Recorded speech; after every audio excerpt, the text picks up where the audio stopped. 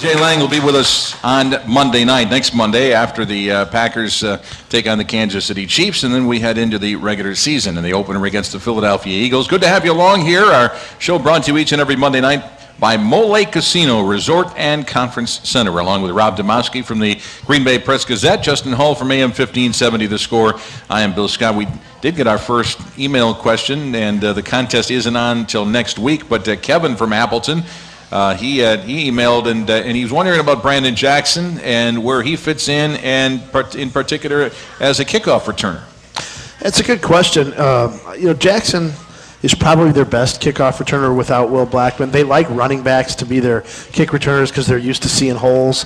The thing about Jackson, though, is if you didn't know what round he was drafted in, you'd say, oh, this is a fine player. But when you draft a running back in the second round, you expect him to be your starter, and he's just not a starting running back. He just doesn't. I mean, you could argue that Lumpkin is a better ball carrier running, between the tackles than Jackson is. He's a great third down back. He's become the best blitz pickup guy they have. He's decent at catching screen passes, but for my money, when you draft a guy in the second round, you expect him to be a starting running back. There's three things that are going to happen each training camp, or at least over the last few years. One is Breno Giacomini is going to have a good camp. Two is James Jones is going to have a good camp. And three is Brandon Jackson is going to have a good camp. Yeah. Those guys have had great camps, right. And then you get into the regular season. Brandon Jackson hasn't been able to stay healthy. Yeah, but I don't see it in the regular season. I was going to say, I'm not sure I've ever heard the word great used with Breno Giacomini. But good camps. They've improved the camp. You know what Breno has done is he's had an okay camp. But bad games. Yeah. He gets into a game, and there's always a player or two, and a big player or two, that affects the football team. And he's given up sacks and so forth. And that's what he's done this year. And it may be his ticket out of town this year. Regular season with Jackson, you want to see more kickoff return. I agree with Rob. I mean, they say they like running backs back there. I don't think we've really seen Jackson as a primary kickoff returner. No, they had Deshaun Wynn doing it, remember, before. Amon Green did it a little bit last year when he was back. But, the thing about Jackson is that, he's another guy that's had an opportunity to be a starting running back, and for whatever reason, just it hasn't taken off for him. So, again, I think if you didn't know he was a second-round pick, you'd think, oh, this is a fine guy to have on your team. But to me, it's turned out to be probably a bad pick. I think the only way he's ever going to get into that area is if you just give him the ball and let him do it. Well, and they've never shown a willingness to split carries. It's always Ryan Grant gets 25 carries, and the other guy might get 2. Yeah. A lot of teams now, I think I wrote a story about this last year, I think all but like 5 or 6 teams in the NFL are pretty much using 2 backs. I mean, when the Vikings had Peterson and Chester Taylor, I mean, he got at least 10 to 12 carries a game, and most teams do that. For whatever reason, I just don't think Jackson's ever going to get anywhere close to that if you don't put him in a game and let him run the football. It's about opportunity. You need opportunity to and they don't seem to want to do that. Yeah. Kevin in Appleton, thanks for your question. InTheHuddleShow.com. That's where you go to email us your question, and starting next week, by doing so, starting next week in this segment, we will send a question in right now. Yeah, we will give away a ski package at Granite Peak Ski Area up in Wausau, valued at better than $400. So looking forward to giving some of those away. All right, Tramon Williams.